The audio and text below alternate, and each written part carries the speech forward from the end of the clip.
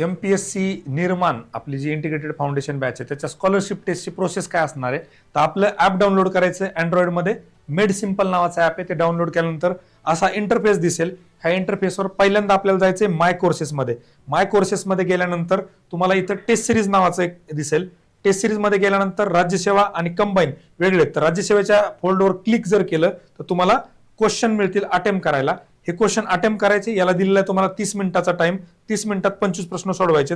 30 मिनिटात 25 प्रश्न सोडवून झाले की त्याच्यानंतर तुम्हाला इथेच एक पीडीएफ दिसेल. मग त्या पीडीएफ मध्ये तुम्हाला काय करायचंय दिलेले प्रश्न लिहायचेत आणि लिहून 6:15 पर्यंत आपला जो टेलिग्रामचा आयडी दिलाय त्याच्यावर सबमिट करायची. ही राज्यसेवेची प्रोसिजर आहे.